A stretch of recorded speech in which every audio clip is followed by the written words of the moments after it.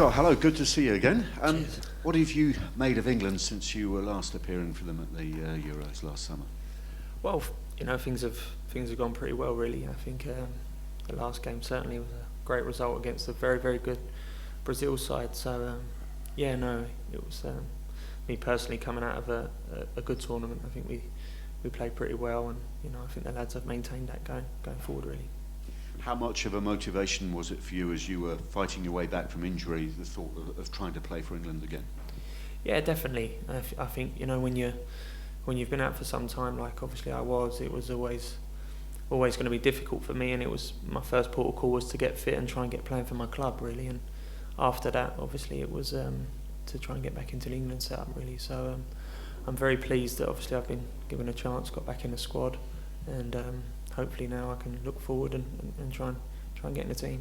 The double header, one game against San Marino and one game against Montenegro, they couldn't be more different in a sense, could they? One against the bottom team, one against the top team. No, you're right. Yeah, I think it's obviously two different teams, really, like you said, and it's going to be two totally different games in the way they're set out to play.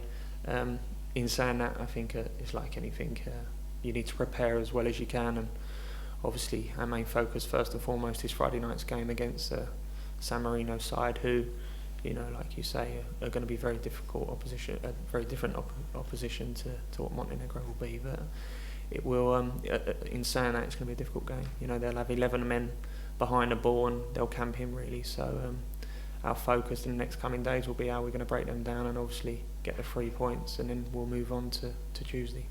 And for you, being back here, does it sharpen the focus and the ambition to try and be in Brazil 2014? Yeah, it definitely does. Obviously, it's like I said, I think that my first port of call was trying to get back in the squad, which I've done, and now you're amongst it again.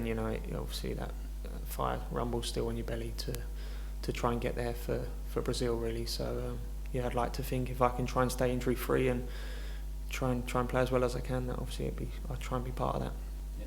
And just looking ahead to Brazil as well, if England do get 2 wins in these next 2 games, is that time now to start thinking, well, the hard part of this qualification is done, or is it easy to get complacent after this? Yeah, I think it is. I think at international level, there's not many games where you can be guaranteed to go and win, really. So don't get me wrong, 6 points in these next 2 games will be massive for us, especially with the games coming up at home.